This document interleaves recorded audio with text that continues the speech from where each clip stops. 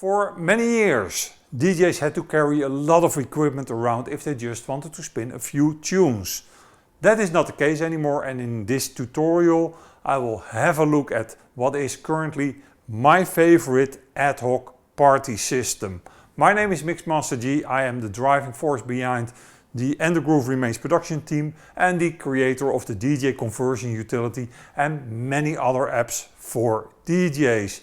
In this tutorial we have a look at Algoriddim DJ on a MacMini M4 with a touch screen and a Hercules T7S controller. That all fits inside one single bag that only weighs 10 kilograms, which is the equal of 17 pounds. The combined force of this entire system is more powerful than any standalone system that is on the market right now. Of course, it is not something I would recommend for clubs, festivals, weddings and big corporate events. This is meant as a system that you quickly set up if you want to spin for a couple of friends or something like that on a beach, at a party center, not for the very big paid gigs. Let's have a look back, and if I switch the cams, then let's have a look what is inside the bag together. Hold on. First thing I need to do is to take the shoulder strap off, because otherwise I cannot unzip it. And then open up the zips for it. And here we are inside the bag. As you can see, we've got the Hercules T7. Then I've got right here the power brick that is required to power the Hercules T7, with connected a USB-C to USB-A hub, and that is a powered hub, which means that I can still use this for my iPad as well. Also in the back you find a power strip with a switch, very important.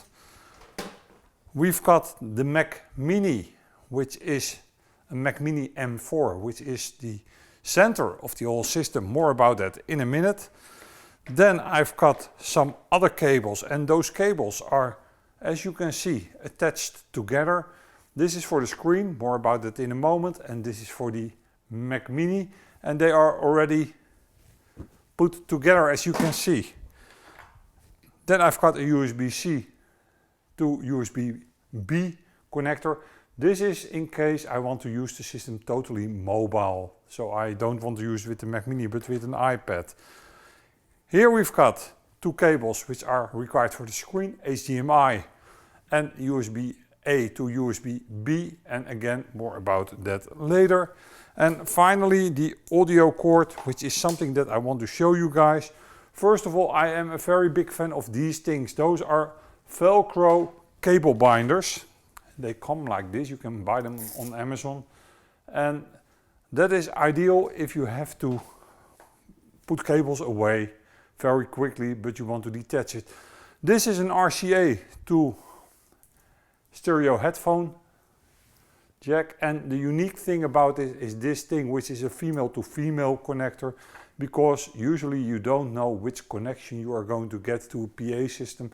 So if you got one of these attached to it, you can go whatever way you want, and of course these are the RCAs that go inside the Hercules in a moment. Next up, a very small and simple Bluetooth keyboard for the MacMini, and then I've got my in-ears which are still connected to the Hercules, as you can see. Now here you think, yo MixMasterG, why are you moving from an iOS based system to a MacMini? Because that is much harder to set up, and that is entirely true, but I have 4 base reasons why I am making this move. First of all, if you ever tried to get tracks on an iOS device, then you know that is a drama. You still have to go through Apple Music, formerly known as iTunes, which is fine because that is my base collection manager, but it can take ages to just get a few new tracks on an iOS device with a base collection. And I don't like that anymore, so I didn't want to wait for that, even if you've got a very fast iPad, which I have, and very fast computer, which I have. It still takes like 90 minutes if I just want to add 5 tracks. 1.5 hours. I'm not going to wait for that. Reason number 2 is the iOS and macOS version of DJ are not entirely identical. There are some features missing from the iOS version that are implemented in the macOS version. Now I'm in close contact with Algoriddim and I've asked for years to implement these features, and I understand why they are not implemented, because your screen and state on iOS is pretty limited compared to a Mac, but I still need those features. What are those features? First of all, I want to see my comment fields. My comment fields are based off a mixed-in key, the base BPM and a mixed-in key energy level. And those comment fields are sortable. I like to have that on my system even when I'm on the road. I rely on star ratings for the likelihood that I'm going to play a track, and DJ iOS doesn't have star ratings, it doesn't show them. And last but not least, lately I have adopted related tracks as my workflow. For those of you unfamiliar with related tracks, that is a system where two tracks that you know work well together. So this is not an automated system. You have to tell the system, all right, those two tracks work well together. Automatically show those two tracks when either of them is loaded. If you want to have the details about it, go to the video, link right above my head. But in addition to playlists, this is such a powerful feature, and this feature is not available on DJ iOS. So those are the reasons why I moved to a macOS based DJ system. Now here you think, yo MixMasterG, why not using a MacBook Air? Because the latest MacBook Airs are more than powerful enough to run Algoriddim DJ. That is just a matter of taste or aesthetics. I don't like the view of a screen with a keyboard directly attached to it, either floating above a controller or next to it. I don't like that view. I like the all-in-one kind of experience where you just have a screen and then you have maybe a keyboard if you need it. More about that in a moment, because I have played on Algoriddim DJ iOS for so long that the moment I made the permanent move to macOS DJ, I found myself touching the screen all the time. Even if I know that that screen is not a touch screen and not an iPad, I was still touching it because they look very similar. And that is just a matter of muscle memory. So I've searched long and hard for a screen that is a touch screen and works well with macOS. What does that mean? The screen that I am using, and we go in detail about that later, is also a mouse. It will also act as a mouse exactly as you want it to act, which means I don't have a mouse in the back as you just saw. Let me show you how we set this all up. And then you get an idea of how long it takes to set this up, which is a little bit longer than with an iPad and a little bit longer than a standalone, but it will give you all the power that you need. Here we've got that touchscreen, which is an IIYama. And first, before we go any further, I'm going to connect the leads. This is the USB lead, and why does that screen need a USB lead? That is the lead that is used to get the mouse signal. So this is a USB-A lead. Then next up is this lead, which is the HDMI lead, and we can connect that also. So by the way, this screen also has USB-A connectors, so I could already use the USB-A connectors. There is a USB-A hub inside the screen. I'm not doing that on purpose.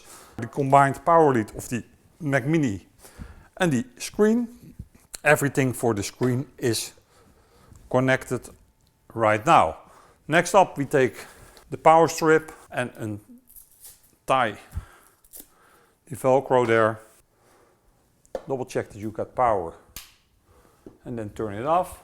Next up, we have the MacMini, and we can attach both the power cable to it as well as the HDMI cable.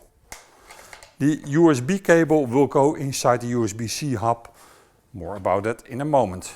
Next up, I take the combined power brick of the Hercules controller and the USB-C to USB-A powered hub. Power up the brick. Connect the USB-A of the screen to the hub. And we can stow that away too.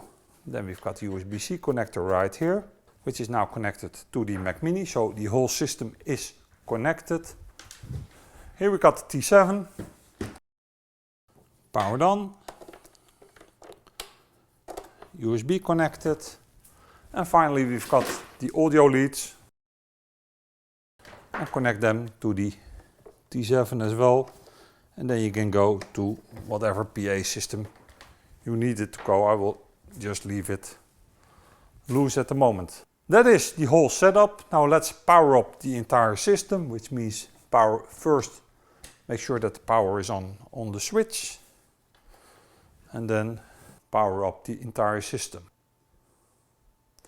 As you can see, it automatically starts up everything and it comes up with Algoriddim DJ already. Now I hope this comes out a little bit visible on the screen, but as you can see I can just load tracks any way I want to. The cues will be there, everything is working right here. Exactly as you want it to be. My T7 mapping is a little bit modified compared to the one that comes with Algoriddim DJ, and I will set a download link in the description of this video because I didn't like how the loops were working with it. And in my mapping, if you go to the loops, then your loops will be loops instead of those skipping thingies that I forgot the name about. So let's just go over the screen a little bit, and I'm sorry for the reflection, but hey, it is what it is. First of all, if you want to use related tracks, you need to activate the side column, and you do that by this little thingy, and make sure that the info is turned on. Then the moment you select the track, you see all kind of stuff happening there, and then you can switch to related. I like my related set to active, and you can change that right here to active deck. And now I'm all set. What does that mean? The moment I load a track that has a related track, so for instance, let's take the Good Times by Chic track. It will show me it got Upside Down by Diana Ross as a related track, and I can load that directly into the track. Now if I switch to Diana Ross, you will see the opposite happening. If I load another track, like this one, then you can see that Daft Punk has Show Me Love as a related track, and I can load it in directly.